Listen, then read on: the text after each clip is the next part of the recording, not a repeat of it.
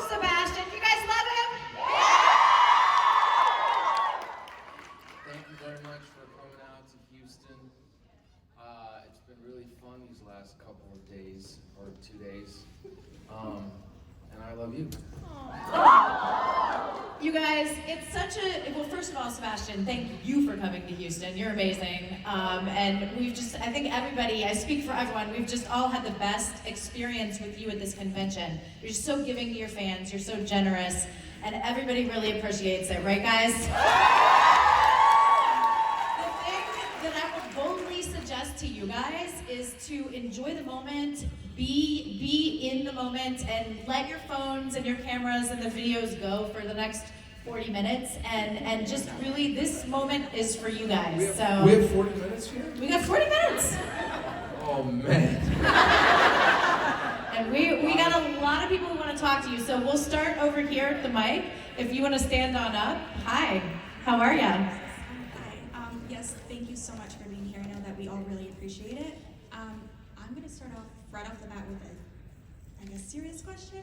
I haven't had any of those today. If you've been asked it before, I'm really sorry.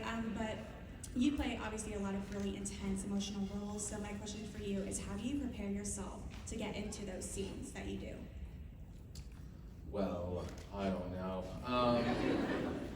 What's your process as an actor? Do you I guess when you first approach a role, do you find what's in you that's the same as the character, or do you try to find a physical trait? No, I mean, it just differs every time, you never know what you need for something. And every time something that worked previously may not work again, on the next thing. But it always starts with the script and sort of everything that's written in there, and I kind of read the script over and over if I have a script. Sometimes I don't. But I read the thing over and over again and just kind of get it in my memory, and then just see sort of kind of what happens and what you get inspired by, and that could be music, that could be other movies, that could be people I know, situations that have happened, or things I've heard about. You just kind of end up going down a rabbit hole a little bit. It's like being a detective. Mm-hmm. Just start kind of. Curiosity is the most, I think, we have to protect curiosity, and you just have to be curious about things and want to learn stuff, and then that's kind of how I try and go. Thank you so much. Thanks for kicking us off. Hi. Hi. My question is, what is one piece of advice that someone has given you on or off set that you keep close to your heart?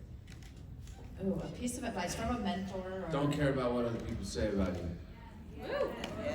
Just really don't give a damn. I mean, it's hard, we're in this business. I mean, I'm in this business where it's like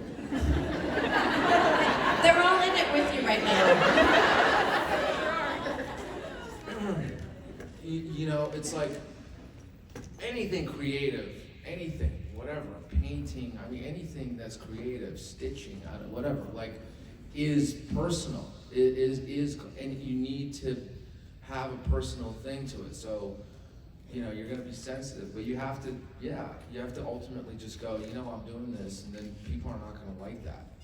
And not everybody's gonna like what I do, clearly, or in my personal life, apparently. So, who gives a fuck? Yeah. That's good advice. If it feels good to you, and you're helping somebody, or you're not harming anybody, you're being kind, you're being considerate, then that's it. That's all you need. Absolutely. Thank you so much. Thank you for that. Hi. My question's not serious at all, but when you were preparing to play Jeff and you were doing the accent, did you ever slip into it or do any of your other character lines in that accent? Oh, I mean, I spoke like that the whole time. Paul Walter Hauser and I would go to these restaurants, and I would try to do the accent and see if he could tell that I was talking like that. But I actually was I was doing the accent even before I had met him. So I was kind of just thinking that maybe he wouldn't notice the difference, and he didn't. But yeah, it was the accent's a really hard thing, you know, because it's like you just have to keep going with it, and the voice too. It was a big voice thing with him too, because he was much higher than me, so. It was great. Do you find that, you know, you mentioned like the voice, the accent, if the more layers that are different than you, that you put on with a character, the more free you are as an artist? Say again, the more layers you put on The more you differentiate Sebastian from the character. like the more free you are as an artist. I mean, I guess maybe yes and no. I think sometimes it's easier, believe it or not, when you have real people that you have to, because then you have a goal, like you know where you're going. You're like, I have to get there. So, and whereas when you're trying to create a character from, I mean, even a comic book character, right? I mean, the thing was written, it was there. Like, so I had source to go to. But if you don't have that, then sometimes you have all this creative freedom where it's good, but it can also kind of throw you off. But I think either way, it can be freeing in a way, in a weird way. Thank you so much. Well, let's talk about Bucky Barnes and Winter Soldier. You talk about the origin story of the character. How familiar, before you were brought into the MCU, how familiar were you with the story? I wasn't very familiar because I didn't grow up with comic books, so I had no idea. I think, you know, I think the first comic book movie I ever saw was Batman Returns. Batman and the Batman Returns, and I used to love those movies when I was growing up. And then I'd heard of Captain America, but I didn't really know, you know, comic books. So how did the whole process of getting into Bucky evolve? Like, take us through the process before you took on the role, and then your initial sort of research. Well, it's funny, we were at the autograph table like about an hour ago, and somebody turned to me at one point and said, you know, did you ever think this was gonna happen? And I was like, no. I actually played this character for at least 2-3 years before I felt like people noticed. I mean, like, you know, the first Avengers, I mean, maybe you guys have. You know, but I wasn't like, I didn't, nobody was stopping me on the street going, you know. So it was, I never, I treated it like any other character. I just wanted to honor the source material and what Stan Lee had envisioned, and I was really lucky to have met him, and, you know, for him to kind of even like remind me, just being like, you know, whatever you're doing, just remember he's a good guy. And, you know, so, and I was like, okay, because the winter thing is kind of fun, but, you know, the guy is a good guy, and so it was just studying the comic books and kind of and seeing, but, you know, the MCU differs a little bit here and there, so we had to kind of adjust to that, and then, you know, in the movie, Bucky Barnes actually was sort of a cooler guy or whatever, you know, and so that's where we ended up today. Well, I think we're all so glad that it ended up being you to portray him, right, guys? I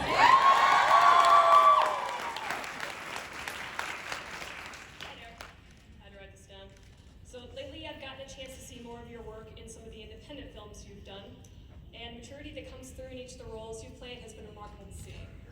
I don't get a lot of chances to watch your interviews, so I'm curious, is there certain criteria you look for when choosing a role for an independent film versus something more mainstream Hollywood? Well, thank you for saying that. No, I'm just trying to do, you know, different things. Like I'm really, you know, I feel like I feel like I'm worried about getting too comfortable, to be honest, and in life too, and that's not always a good thing, by the way. But you know, I think when you're working on something, I fear getting too comfortable. So I try to look for things that kind of challenge me a little bit and push me, make me, you know, and are scary, tell me to step up. And usually what helps me is finding other actors and people that are better than me, you know, in projects, and then wanting to work with them, because then I stand to learn from someone, you know, in a certain way, and I'm scared, and I'm backed up against the wall. So I'd rather be there, you know, and I go from there. Thank you. One of my favorite movies that well, I'm a huge Andy Weir fan, so I love The Martian, and obviously, he's working on another book. I just talked to him a couple weeks ago. But when you first read that, I mean, what an amazing movie and concept and everything. What were your initial thoughts when you read the script? Well, I loved it. I mean, Ridley Scott. I mean, and also space, and like there was so many aspects about that whole experience. But then I read the book, and the book was really great. So good. Yeah, it was really, really great. It's so informative about my character, and you know, so providing a good backstory. But it was, you know, there's many things that have happened from that movie. You know, friendships I've developed, other work that's come to me because of that movie. You know, so it's sort of it holds a special place in my heart, you know, in a way. Like, Well, it was awesome, and I loved you in it. thank you. Hi, I know you have a question right here. Yes? Yes. I just started college, and I'm majoring in education, so I was wondering what kind of majors might some of your characters pursue if they were going to college today? What kind of she said, what kind of majors would some of my characters pursue if they were going to college? Just an easy little question. Just gonna throw that out there. Let's just remember the characters that I've played. Whether college really would be the thing they'd be worried about first. Oh. You think that guy went to college? You know, I could see him like at a prep school or something, and then like somehow, you know, his father was paying for it. I mean, you know, he'd be in the college admission scale. Oh dear God. We need to stop reality from looking like a movie. Okay. Independence Day is about to happen. Well, look. So yeah, not him. But What's your major? yeah, education, right? Are you excited? Yeah, I'm really excited. I'm looking into doing high school sign language. Wow. That's cool. High school sign language. Well, I think it's very noble and heroic that you're going to college. Okay, and that you're pursuing something that's going to help other people. So, congratulations to you. Yes, congratulations and good luck with your career, your college career and onwards. Hi. Hi, so I'm a senior in college and I've fallen in love with different aspects of my major. So I was wondering if you were in college, if acting was all you wanted to do, and if, I was just responding when you were saying. Oh, okay. And then if that's not all that you fell in love with, how did you decide on acting? Well, I did. So I went to Rutgers, and then Rutgers. Yeah, I love that experience. I went to Mason Gross, which is an acting program at Rutgers, and then so I did know about acting there. But I'll say this: like looking back now, you know, I had all these other great classes and sort of like English and psychology and all these other things that were prerequisite that I had to take. And you know, I mean, when you're 20, 21, like at least like when I was 20, 21, I didn't care about any of that. All I cared about was just the acting and whatever. And now, if I got a chance to go back to college now, I'd be like, oh my God, this is amazing. I get to read all these things. I get to learn about all this stuff. Like, and I feel like you only realize that later on in life, you know? So while you're still there, like, you know, take advantage of that is what I would say. So soak in the moment. Yeah, it's going like that. Yeah, just it's such a short period of time. Good luck to you as well. Thank you. Thank you. Hi. So sorry, I can't put my legs. Okay, hi. And this has probably been addressed in bits and pieces before, but I just had to ask. The ending of Endgame was extremely devastating for me emotionally, and I was wondering how you thought Bucky felt during those last few moments of Endgame last time. Yes. I mean, let's just talk about that scene for starters. What an iconic I thought you were scene. talking about Robert Downey Jr. That guy died. They made a Can't say that. They made a real push not to Iron Man is finished.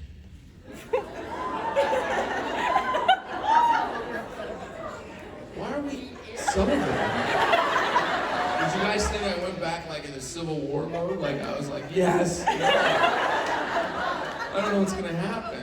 I still don't know. Is he done? Well, they opened up the new timeline. Ever since that doctor came along, the whole thing beyond. Okay. Yeah, but what was it like filming that final scene where, you know, literally the funeral scene where there's every member, it seemed like, of the MCU just standing there? It was very emotional. What did you say? So that's not the scene she's talking about. No, I know. Okay. I'm gonna go back to it. But it was very emotional because it was one of those things where, you know, and that's why I think the movie's emotional, because you do feel like you've been a part of this now for 10 years, you know, one way, shape, or form. You were someplace in your life when you saw that movie, you know, like now we're getting older, like these characters are getting older with you, you know, and so like there's all of this stuff that kind of comes to that scene, so it's no longer just a scene, it has all these other things in it. So I think that comes from years and years of it, and it was the same for that scene. Again, like you never really know if goodbye in the MCU is goodbye. Never really feels like it, you know. It takes like time to kind of, but it's strange. I mean, we'll see. It will never be. Captain America will never be the same without Chris Evans. You know, it just won't. I mean, that's just the truth. It doesn't mean that Captain America is over. It just means that that particular situation, you know, will never be the same. So now we're in this thing now where literally, I suppose, Anthony and myself and Sam and Bucky are going to have to figure out how to incorporate life without that big guy, right? So, you know, we're gonna do our best. I mean, we'll see. Does that answer your question? Yeah. Okay, good. Thank you so much. Thank you. Hi. Hi, Sebastian. First of all, can you say that you are the fucking god of gymnastics for me?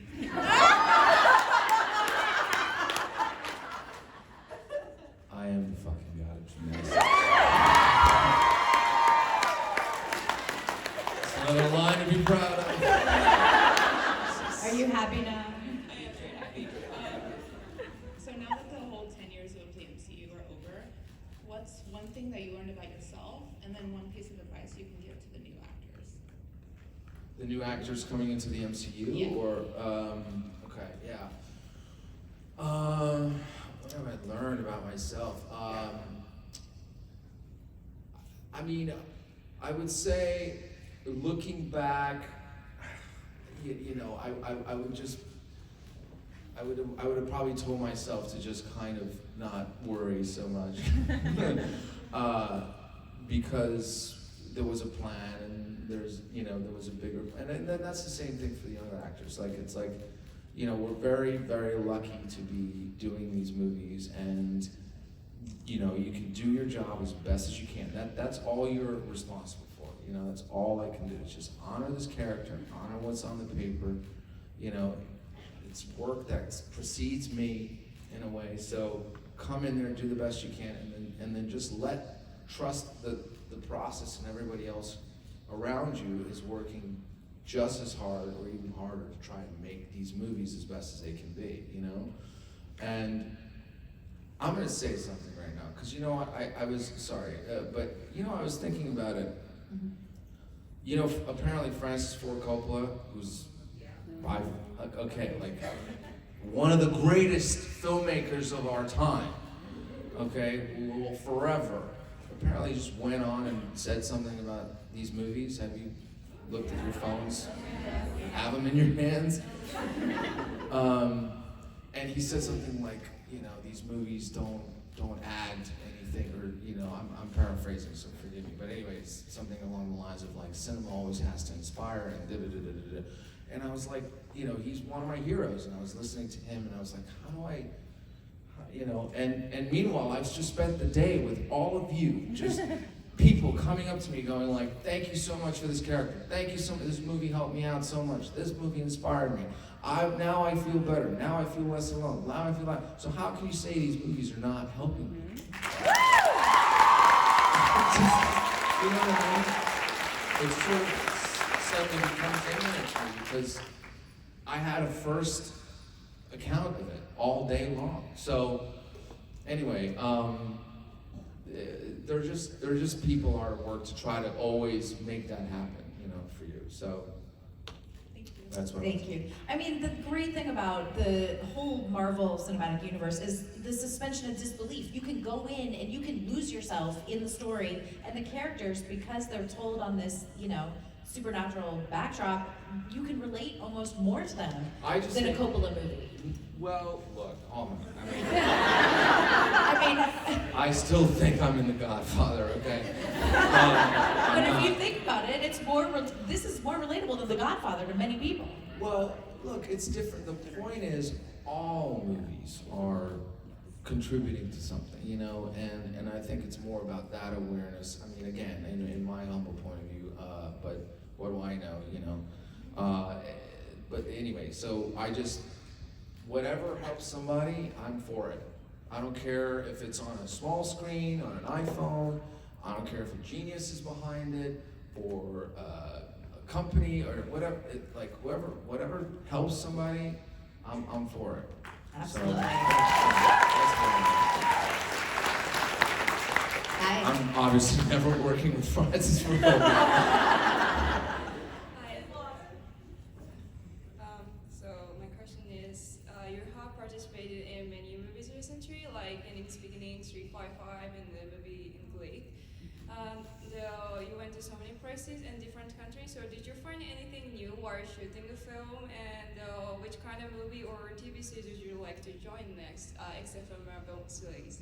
Wait, which film? The recent one? Are you talking about? No, I think you joined so many movies. In all my films, I got to travel. Yeah. Like, And what that experience was like. yeah, I'm sorry.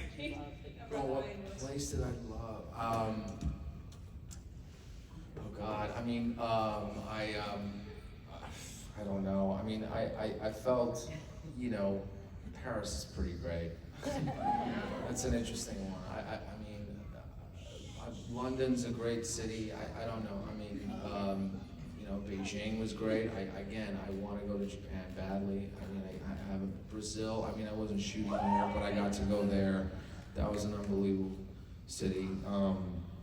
So it's kind of a, you know, Montreal. I'll always love Montreal. Big soft spot. My first movie ever was there. It's a classic. And then the second part of your question is, what if you could just pick a type of project you'd like to be involved with next? What would that look like? You know, I'd love to try my hand at, which is kind of what I've been kind of getting involved with a little bit more. We'll see, you know, knock on wood, hopefully in a year or something I'll be up here being able to talk about it, but is, you know, getting behind developing certain stories and projects, you know, from the start, not just coming in as an actor, but also like, you know, I think at this point, using anybody, I know writers or directors or producers to try to develop things and make them, you know, come to life. And that process, I feel like, is very interesting to me because then you have more responsibility in telling that story. And so I'm trying to go that route. Thank you so much. Thank you so much. Thank you. Hi. So I know a couple months ago you came to Alabama to film that Devil of All Time. And I was wondering if you could give us any details on that or just what the filming was like for that. I loved Antonio Campos is the director of that movie, and he was one of my favorite people to work with, and he's supremely talented. I mean, like, have you guys seen that pilot for The Sinner?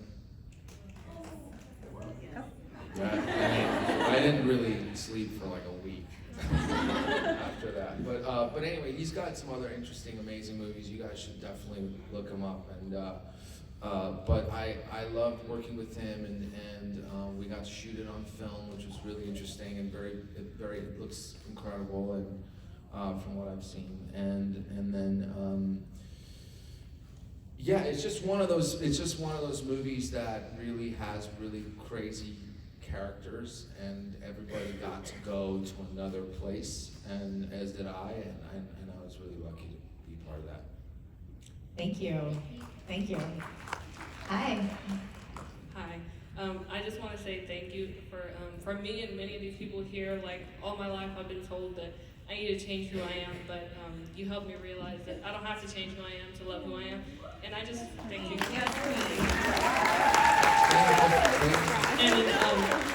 I just want to know how it feels to know that you've had that kind of impact on so many people's lives. All the feelings. Just in the quickest way possible. We gotta get through this. Look, I'm extremely grateful, and thank you for saying that. I mean, I'm just another dude, trying to do the best I can. I mean, it's it. I don't. That's all you can hope for. So if at all you feel that way, I'm really grateful, and I just hope I can continue to do that, as best as I can.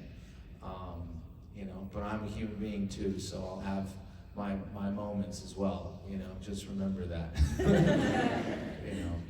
And I probably share a lot of similarity, things that you go through maybe sometimes. I mean, we're in different circumstances, but we all kind of have our demons, so I get it. Thank you. Thank you, and thank you for sharing that. Hi. Hi, I'm sorry. I'm so sorry. But anyway, sorry, I'm a bit nervous.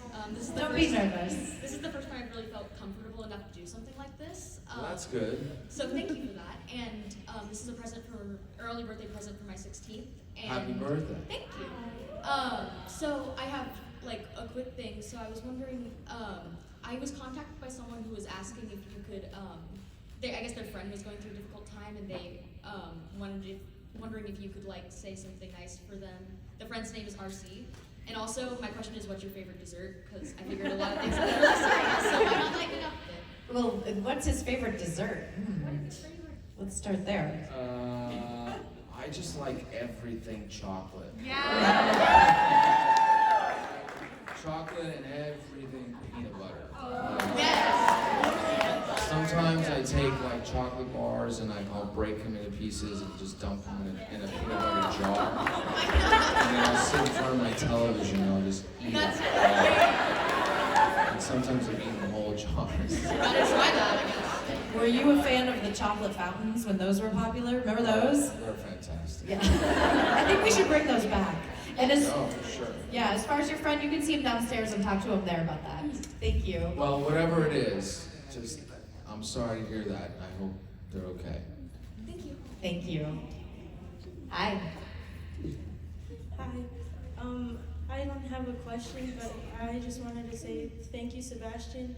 Last year, I struggled with depression a lot and anxiety, and last year was a really, really rough time for me, and I really didn't think I was going to make it through it, but thanks to you and your supportiveness, I was able to overcome it, and I'm okay now.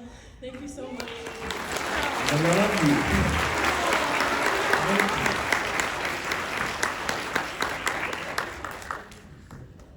Hi. Hi. You had mentioned that you had really enjoyed working with Karen Kusama on Destroyer, and my question was, especially for We've Always Lived in the Castle was another female director, is there any differences between working with a female director versus a male director, or any notable differences? Things get done.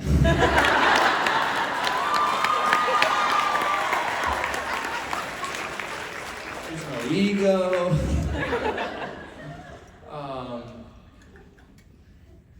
Yeah, no, both. I mean, it just, I don't know. Like the communication there was really great, for me, and I lucked out in both situations. It was, we it was surprising, you know, I mean, like, I don't know, because we just sort of had met and we didn't really know each other beforehand. We didn't have any rehearsals. We didn't have any of that. But like right away, it just immediately like clicked. So, but yeah, I mean, I think, you know, sometimes like guys are stupid. They get thrown great, you know, and it's like it's silly. So sometimes I think like in those circumstances, you just cut to the chase and you get to the bottom of it. Thank you. Great question. Thank you so much. Hi. Hey Claire, how are you? Good. How are you? Sad. Hi.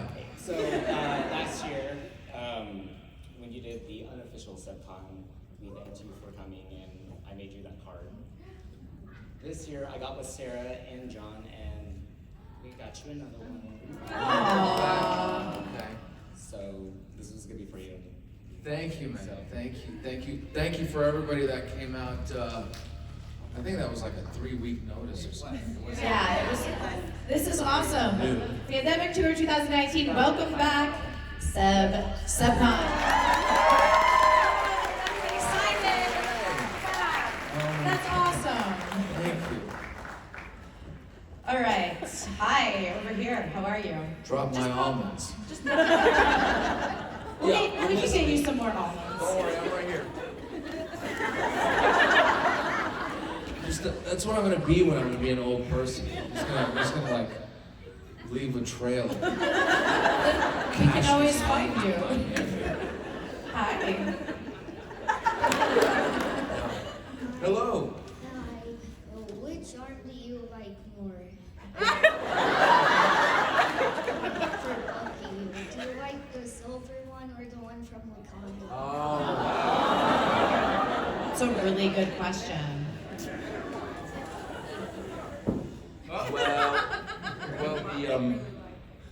Well, the one from Wakanda has a couple more features that we haven't explored yet. So I think I like that one. But I'm very, you know, I miss the old star. Yeah, I do. There was something about that. Maybe I'll have to get it back. Thank you so much. Are you having a good time this weekend? Good. I'm glad to hear it. Hi. Hi. I'm planning on getting a Bachelor of Fine Arts in theater, and one of my top colleges is Rutgers because of the year abroad in London and the fact that they teach mainly the Meisner method, and I was wondering what your experience was like. Saw that Meisner acting book you're Oh on. yeah, I was doing my homework. So you're considering Rutgers, or Yes. okay, and Meisner, and you want to know how it was, or Yeah, just, like just what your experience was. Like, was it a good fit? Like, what? You want him to call out his college. No, I loved Rutgers. I loved Mason Gross.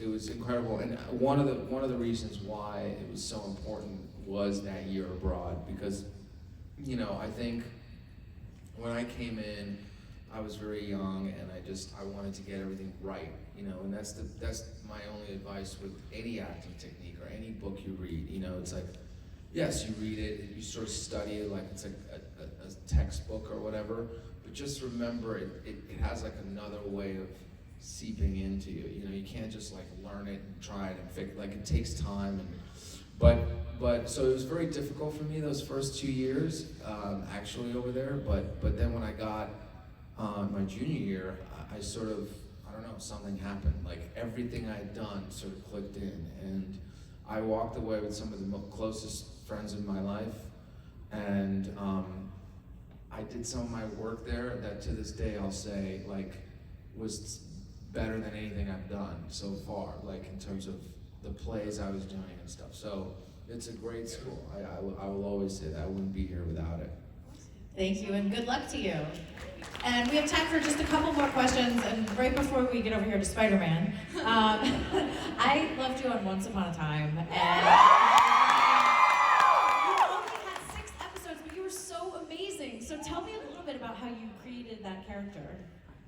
That was, well, it was like the first episode itself was incredible because he was the whole episode. I mean, he had a backstory, you learned everything about him, so it was like a full movie. It felt like I could, I could jump in. The full arc, yeah. Yeah, it had a full arc and it was great. And then we went back a little bit to sort of explore him like slightly and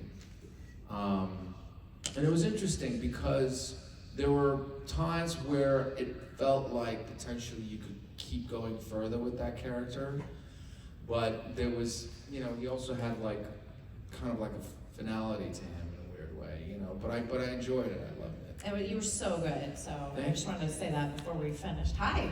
Hi. So earlier in your career, you played two like super iconic gay roles, TJ Hannon and Jack Benjamin. And I'm just wondering what your favorite parts of playing those characters were, and which one you liked better. If you have a favorite. Oh. TJ. Nobody ever asks about Jack. It's really sad. But it's good that you did. Well, Yeah, he deserves some Jack too. I mean, look, they're both very different, and we're to me they were different, in the sense that I think they wanted different things, in life for themselves. I mean, they were both gay, but like in terms of one was wanting power, he was driven by different things, and then I think TJ just wanted love, and just wanted to be loved, and we all wanted to be loved. I mean, and so I don't know. I liked different things about them. I liked that there was a sensitivity to the TJ character that I loved, sort of in a way, and I felt for him, I sort of connected that way with him because I feel like I'm very sensitive, and sometimes it's good. I would rather be sensitive than not. I'd rather you want to feel rather than not feel. Don't get numb. Don't numb yourself. I mean, go through the feelings. But he was trying to figure out a way. He didn't have a support system, so he didn't have anybody to hear him out. So he was. But I think both of those characters, had we had another season, you would have seen, that they were on their way towards something. And more of an ownership of who they were. And that I wanted to see, which unfortunately we didn't get to see, We all know TJ is married now, and thriving. Thank you. That was a great question. Thank you for that. Yes, hi. Hi. Hello.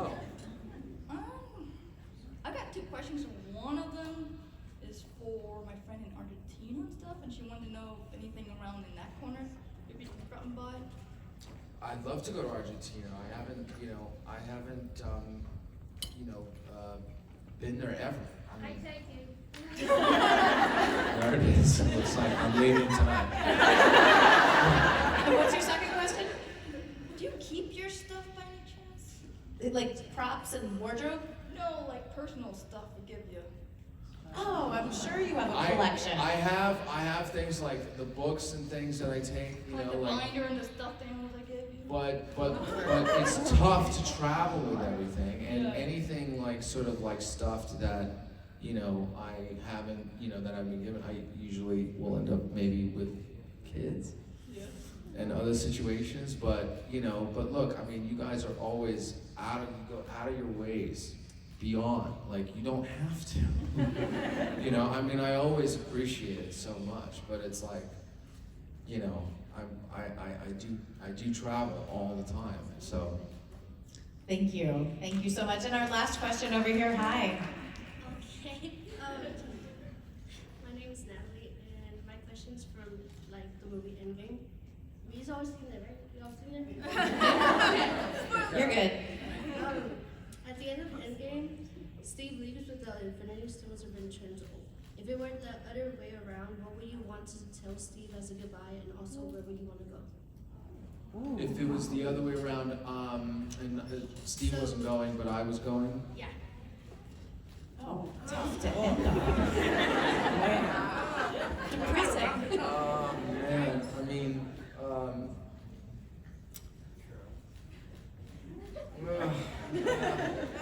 I'm trying to think even if Bucky would have gone, you know, in the first place. There kind of wasn't time for In a goodbyes. weird way. Well, technically the goodbye was happening in a different scene you didn't see. Yeah, I don't know. That's a tough question. I mean, I think he would have wanted the same thing, you know, in a sense, which is what I felt from that scene, which was, hey man, you know, we had quite a road that we've been on, and now it's time that we sort of go and, you know, figure out who we are and what we want in life and pursue that. And whether or not they can do that is another question, right? But like, that was the desire, and I think the desire probably would have been there for him too. I mean, both of those characters are in a place at the end of that movie of self-discovery now, of like, you know, they've both been servicemen for such a long time, you know, and I think it's the first time we're seeing them both start off at a starting point of like, okay, where am I at? What do I want? You know, and that's, I think, maybe what we're gonna see with the show. That is such an awesome answer, and thank you for ending the question. Would you guys like to take a giant selfie with Sebastian? Okay, we're gonna turn around here, and you can stand up if you want. Do we go forward or do we stay back? What are we allowed to do? I think you stay back. Do you stay back here?